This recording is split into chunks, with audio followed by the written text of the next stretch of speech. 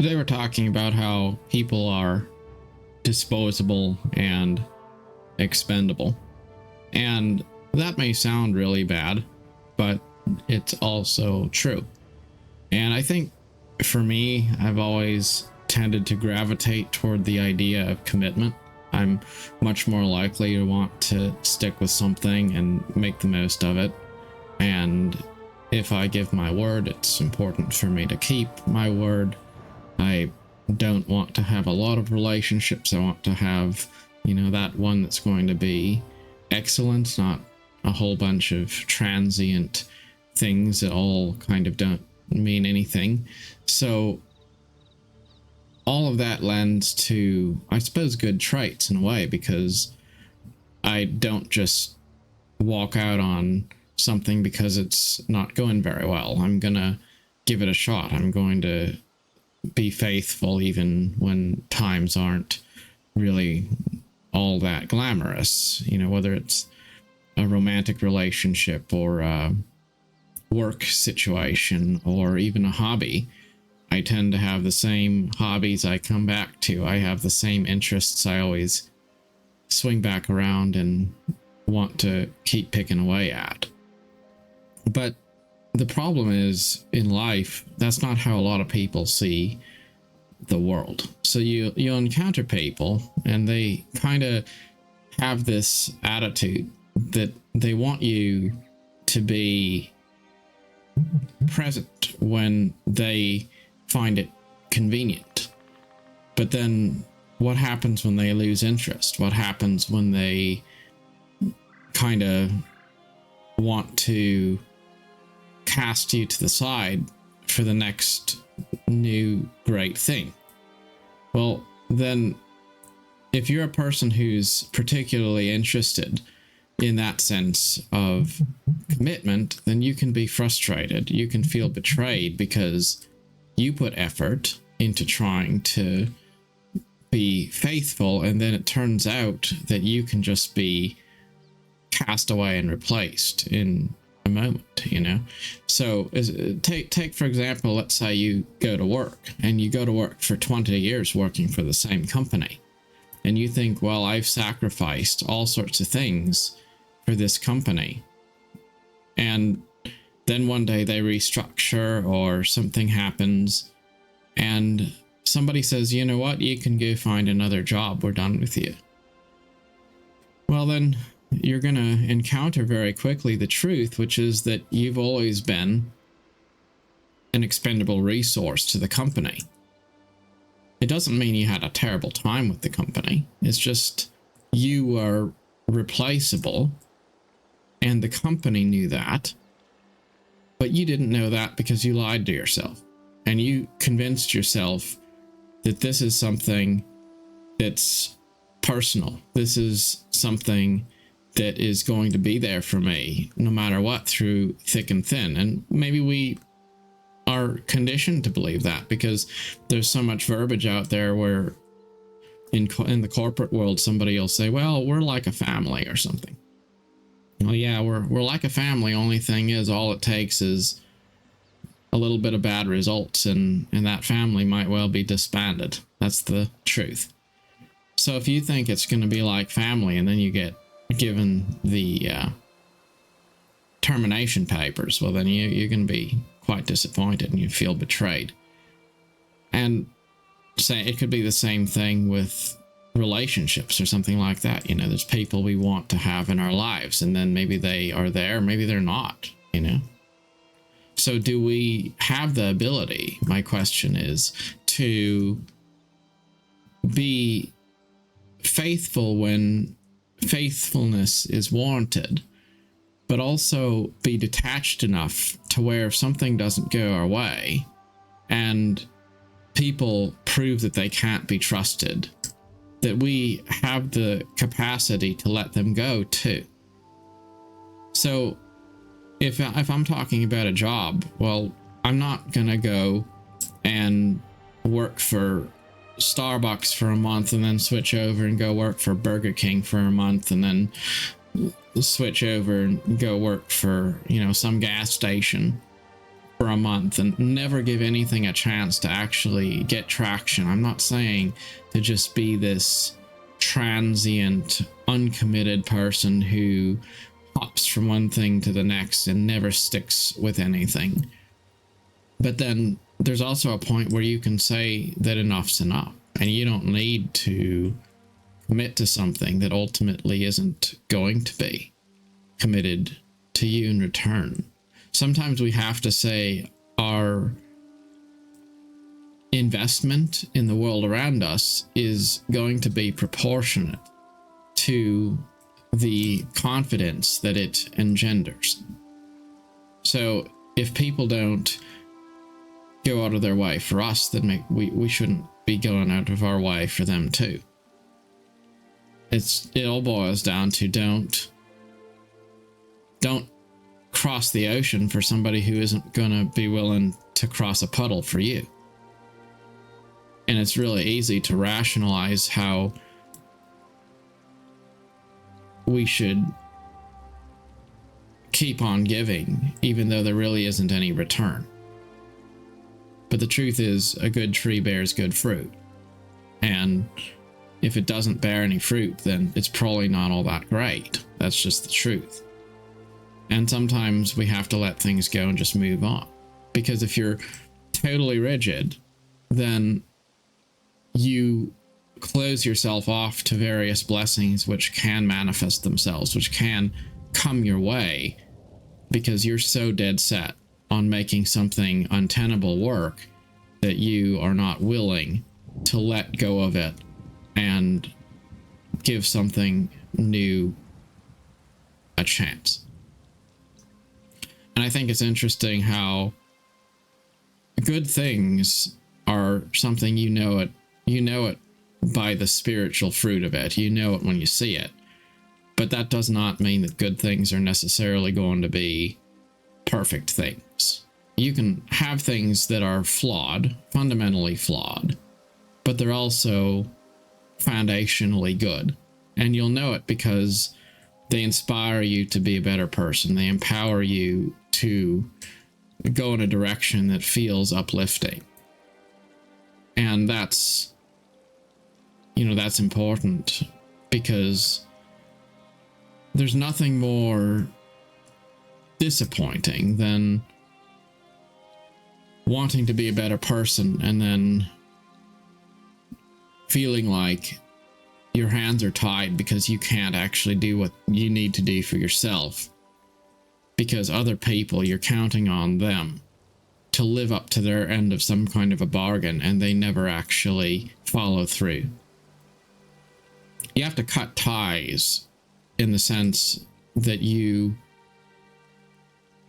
do have expectations for people, and if they let you down, you don't hate them for it, but you also don't keep on waiting and keep on hoping that they're going to be something that they're not. And maybe that's just the consequence of living in a world where everyone views everybody as kind of expendable. It used to be the case that if you were to talk to somebody, you'd have a personal relationship with them. But now we have all sorts of things that make it super easy to be giving off the appearance of being available and being connected. But how easy is it to ignore a text message versus ignoring a real person? Well, if you have a real person standing there, you can't really ignore him. You're much more likely to have to give it to him straight, tell him the truth. So giving it to somebody straight, that takes some kind of courage to tell people the truth. It doesn't take courage to just go mum and be silent because you didn't want to engage anymore. And so, we live in a time where it's super easy, in many cases, to give off the vibe of being positive or inclusive or kind or gracious or any number of other things. Then on the backside, we're the opposite of that. It's, you're awesome, can't wait to hang out with you again. And then it's, let's just go ahead and, ignore this person, because you know what? that they're obnoxious, and I really would be totally happy to never see them again. Well, you know, but you're gonna give off the signal of, you know, we're besties on Facebook or something. So as we live in a time where people treat one another, where businesses treat one another, where all sorts of different relationships are founded on this idea that people are expendable and disposable and replaceable, you kind of have to play that game, because that's how the game works. You have to play by the rules of the game. And so you have to look at other people in that way. Now, the caveat there is, if somebody proves they can be trusted, then you go to that higher set of rules. You go back to commitment and trust and faithfulness. Those things matter a lot. But you only give those things to people who prove that that's what they believe in, that that's their way of operating. People who prove that they can be trusted, you trust them and you invest in them and you are committed to them. That's how it ought to be. Because trust should be met with trust, and respect should be returned and reciprocated. But always have another plan up your sleeve if things go south. Because the truth is, you don't know what other people are going to do. You don't have control over their emotions or their interests or their convictions or their moral values. They're going to do their thing. And to be happy and at peace, you have to have some way of being at peace in your life, regardless of what happens in the realm which is beyond your scope of control. And letting go of things can be hard, because we do have things we want from the world and from others, and we'd like to be able to put things neatly and tidily into a bucket. And, you know, that's just in our nature. You know, we want to believe the best of people, I guess. But the truth is, people are going to do their thing, and you're going to be happier if you incorporate that knowledge into your own way of living. It's like a bear. Bear is going to be potentially a dangerous creature if it's in your campsite. That's the truth. But that doesn't mean that you need to hate bears. I could say that I really admire bears. I like bears. I think bears are beautiful creatures. And yet, there might be a situation where it would be necessary for me to kill a bear if that bear was acting aggressive and it was in a position to do me harm. And I would try to make sure that I was never in that position to where I would have to harm the bear, or the bear would want to harm me. And yet I know that the bear has a nature which makes it not possible for me to rationalize with it in the way I would a human. So if I want to look at the bear like a person and think that I can convince it to be something it's not, then I'm setting myself up for failure, because when it does its thing and it just is a bear, then I'm going to feel betrayed for it just acting out on its nature. And that's really what I'm getting at, that people have their own nature of what they're going to do. And you have to protect yourself from them and protect your joy from being sapped away by other people's actions. And you have to do that without trying to manipulate or control them. That they can do what they want. People can do what they want. The world can change as it will. And I am still going to have a good time and enjoy my life.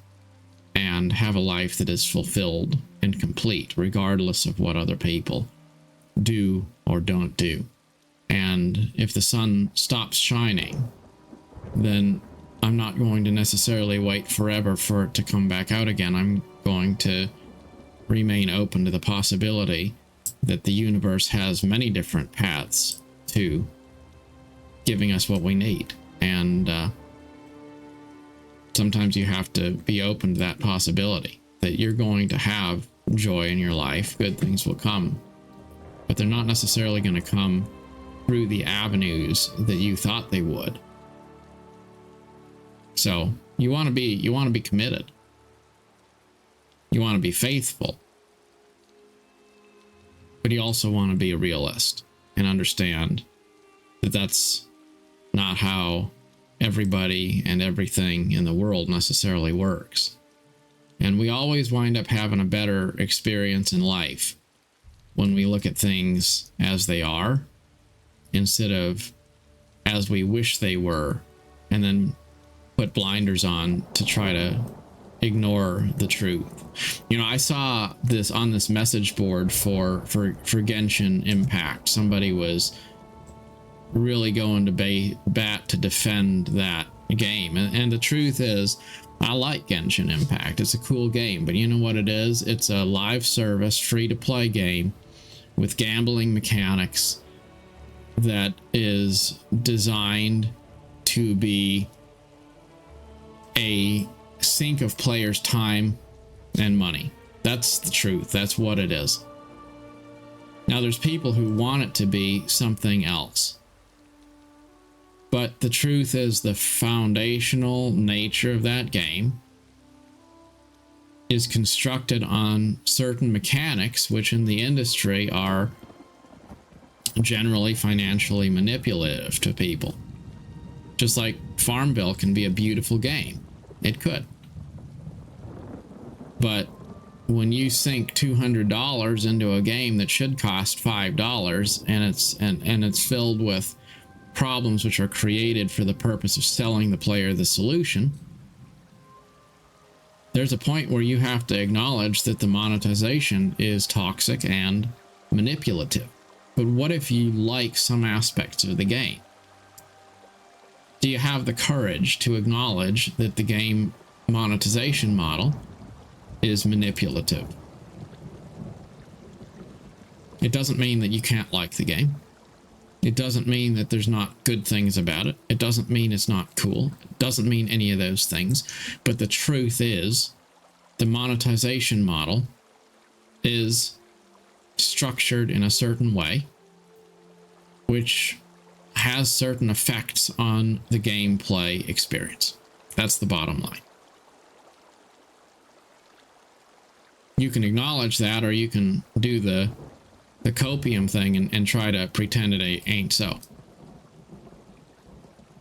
I'm not saying whether you should play the game or not, but you should be acknowledging the truth of what kind of a system you're dealing with.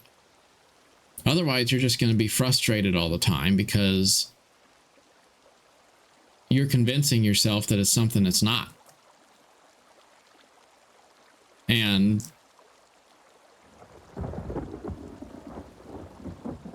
usually the truth is pretty obvious and simple. It's just we don't want to admit it because it doesn't align with the narrative that we had been telling ourselves. So we'll be in a relationship and we say, oh, well, this person, they care about me. They don't act like they care, and they don't keep their word, and can't trust them. You can't count on them. And the fruit of the relationship is that, I don't feel any sense of joy, and, I'm not treated very well, and there's all this different stuff. But, that's got to just be me, right? It's not. There's a way to explain it away. It's not what it appears to be, because if it was what it appears to be, then that would mean something I don't want to admit. And we do that. We do that all the time. The 20 years you spent working for some soulless corporation that just is there to make profit, but you convinced it that they are your family. Or that relationship with somebody who ultimately isn't going to be there for you where the rubber meets the road, but you convince yourself that they have their reasons and it's your fault, you know. Or some game you play and you know it's got a toxic monetization model, but it's cool and you don't want to admit that it's toxic and a cash grab. So it's not, even though it is. We tend to be pros at self-deception. And then we get angry when we can't control things that are not ours to control. It's much better to just let people be disposable and expendable. So, have a job, have a relationship, but you know what? If it does something that is harmful, then yeah, you can live your life. You do not need other people to give you joy because that's something that comes from within. And sometimes when you learn to be spiritually independent, you're in a better position to not let people use leverage against you. There are a lot of people that are that way. They do want you to be ready to jump when they want you to jump. But they're also very happy to leave you hanging afterwards. Be careful about that kind of stuff.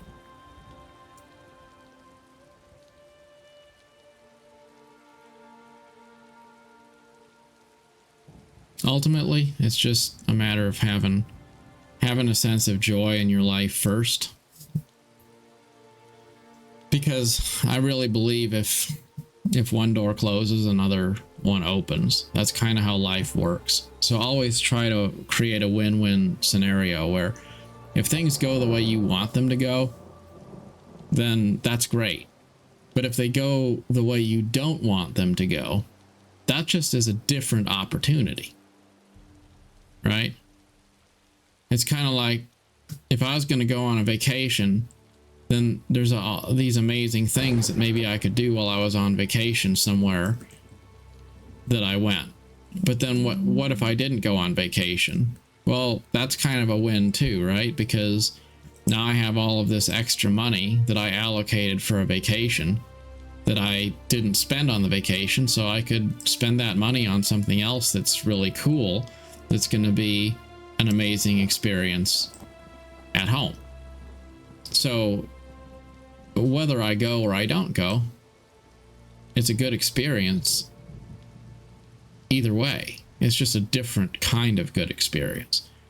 And the more you can create those sorts of relationships, the more likely you are to have peace and joy in your life. I like the job I have. I like to go to work. It's great. But what if I'm not needed anymore? Then is that a problem? Well, no, because I've planned for it. So that too would be a blessing, because that means that I'm now free to have a different adventure. When one thing falls through, it just opens up the possibility for something else. And the irony is, sometimes when you treat other people like they are expendable, not in a disrespectful way, but just in the sense that you make it clear that you have a good life either way. You don't need other people in order to be complete. The result is that those other people might wind up acting differently and respecting you more, because when people feel like they're dealing with someone who's desperate, then they know they're holding all the cards. When they know that they're just as expendable, they're much more likely to make sure that you don't want to leave. They give you a reason to be invested in them, because they know that if they don't, then you'll turn your focus somewhere else. And maybe that sounds a little bit mercenary, but it's true. I couldn't tell you how many times in the workplace when people are living paycheck to paycheck, when the boss knows if this person doesn't get their next paycheck, they're going to be on the brink of homelessness, then it's super easy to ask them to take on some extra project. It's easy to ask them to work that extra overtime.